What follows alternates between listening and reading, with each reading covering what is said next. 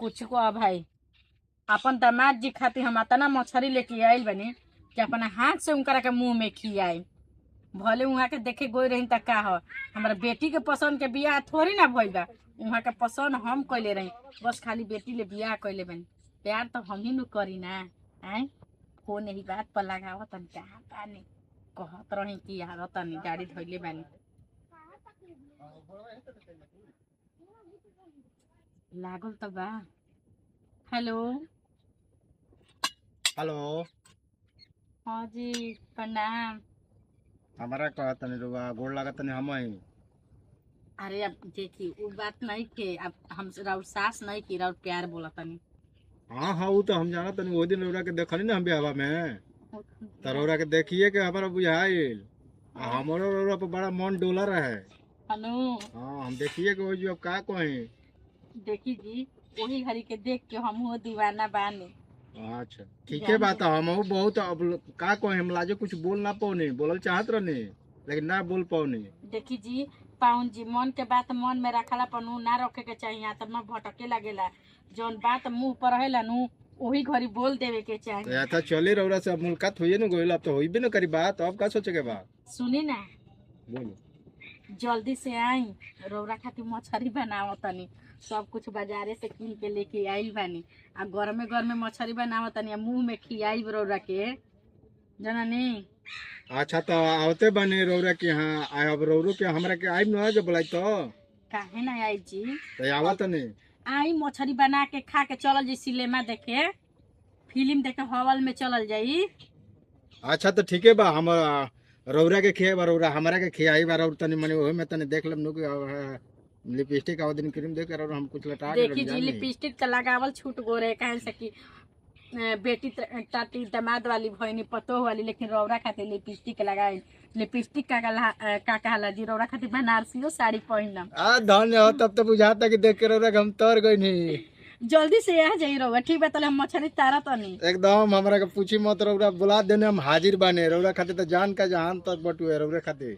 ठीक बा तब रखो तनी। हाँ अब के घरे और नइखे ना आदमी। हाँ ना इहे मौका बाटे, रौरा आई पतोहिया गोल बिया बाजारे। ए तो बस 5 मिनट इंतजार करी, हम एकदम दौड़े लागत नहीं। ठीक बा मोटरसाइकिल से आई। हाँ हम एकदम पूछे के नहीं खे। ठीक बा जल्दी आई। ठीक बा हम आवत नहीं। कुछ भी कहो दादा, हमार इतना सच्चा प्यार कइले बानी कि हमार प्यार के बात वहाँ के सुन ले बानी, एकदम मन में लागू बा, तभी तो दिल से बतियनी। वहाँ के आज मछली खिया के एकदम गदगद कर दे कि हमारो नाम ना। होता ना बूढ़ी उतर आइल बड़ी कि एबरा उनका धरती पर गोड़ नहीं खे। ये भगवान जी, हम तो इहे सोचतनी कि हतनी आदमी बाटे आ हतना मछरी काहे खातिर लेके आइल बड़ी, हमरा बुझाते नहीं खे। कुल दिन की शांति का एबरा खा के उलटी न हैं।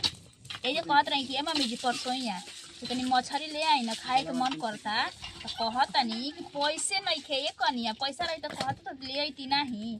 आ ये बेरा कहाँ ले आ गई हवे, कहाला पे आधो 1 किलो नहीं खे आवत, बिना कहले 2-2 किलो 4-4 किलो मछरी आवत आवे। जरूर कुछ बात तो होखबे करी, कोई आवत है इनका बेटी आवत है वही से तो ले आइल बड़ी उतना मछरी। चला था नहीं मेरा मन हमारा खुश हो जाए। एबारा बढ़िया हमारा मेहरबा से बढ़िया से सुइए लागे। चलो तनी एबारा एक बार मछली वहाँ के लाल लाल एकदम चर चर ना वहाँ के खियवनी उतार के अपना हाथ से के बेटी के हमार भुलाइए जाए, मेहरारू के हाथ के खाए। उहे खातिर है तना मछली ले आइल बानी। कहम कि पाहुन जी जितना मन बा उतना रहुआ दम भर के खा ली मछली, ठीक बा? कौनो रोक छेक नहीं खे, सब धन रौरे ह, लेकिन हमारा आँखिए के सोझा रही। बतावा हो, हमू यही बहाने खा ले। पतो है हमार मांगत रहे कि मम्मी जी मछली ले आती, तो ओकरा के तो मछली लिया के देबे ना कोई। अपना दामाद खातिर पैसा लुका छिपा के धोले रही कि दामाद हमार जहिया आई तो ये मछली बनाई बा खियाई, भर रात प्यार करब। की रोकी रू हमरा के देखा के थोड़ी ना कर। गरम बकराही तेल डालो रजऊ, गरम बकराही तेल डालो रजऊ, अब मछरी बनौले बानी खालो रजऊ, वो मछरी बनौले बानी खालो रजऊ। चल मोड़ी तो डालिए देनी। हाली हाली वहाँ पे गोड़ लागत तने। अरे पाऊंजी आगो निका प्रणाम प्रणाम। अब रौरा बोला दिया हम ना आई, ऐसा ना हो सकेला का? बैठी बैठी। रौरा बोलाई भी हम ना आई भी।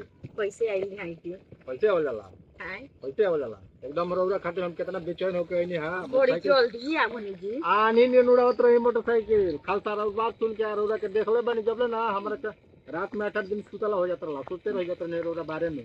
हमरा बारे में हां अच्छा एगो बात कहे। बात बोली ना।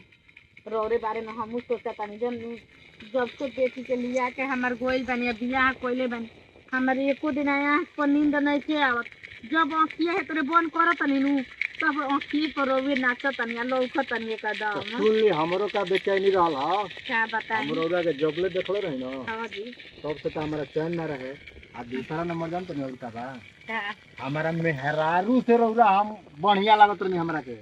ओकरा के तो फिर हम भुलाइए गए नहीं, लेकिन ओकरा से रौरा बढ़िया लागत नहीं। अब का कोई हम जितने कहब उतना समझ ली कम। जान तनी हम कुआरे पके ऐसा नहीं हनी और वैसे का कोही जी तो एगो काम करी ना बताएं अब ना। तो जौन होके के तुम मेहरारू संगे तो होइए कोई छोड़ी, लेकिन ओकरा से दिल रौरे संगे लागल बा। आ हम अब रौरे संगे रह क्लियर कहत नहीं। अभी ना अभी देख बच बचा के आ लुक छिपा के हमनी के चले के वजह नहीं गांव के टोला के नहाला के आ पतो के आ बेटा के पाता मत चलो जनी। अरे तो सुनी ना एमे हम आ रौआ राजी ते का करियन है गांव के रउआ डराई मत हमार प्यार रउए संगे बजनी। तो बस रौरा इतना कर दे तो हम तो प्यार में पार कर दे। जवानी जिंदाबाद रउआ रही। का तो से कितना प्यार करी ना तो के ना है अंदाज बा बाप रे बाप। तोहर सिवाना हमारा दिल को केहू के नाराज बा।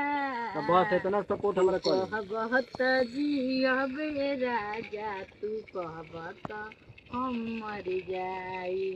बस रौरो खातिर हमरे इहे बटुए रौरा के हम बहुत चाहता ने। आ मेहरारू से रौरा के ज्यादा मानो जान करब।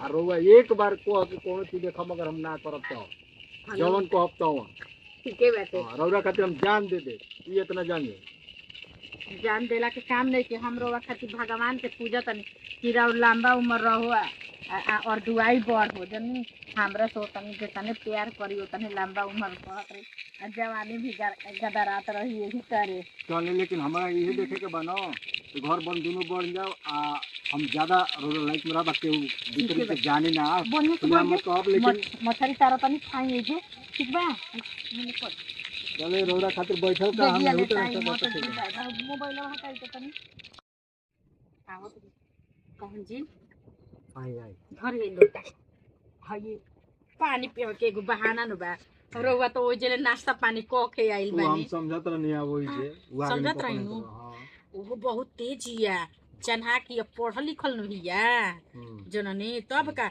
एकदम पीछे पीछे रहत रहेले हमारा खाली कि बुढ़िया का करत हिया केने जाते केने आवत हिया हमरे खाली लह टह में रहेले। एगो काम करब काजी तेज तराज बड़ी न तो उनका से तनी मनी ऐसा रास्ता निकलब तनी दूरिये रह जा ना तो के दिन हमनी के करमात पकड़ा जाई न तो राउरो जौन बचल खुचल जतिया बन उहो चल जाई हमरो सुने ना हमने के नु कोनो प्यार में कमी नहीं थे करे के ना। अब रउआ बिना हमार अकेले रहल नु एकदम मुश्किल हो गइल बा।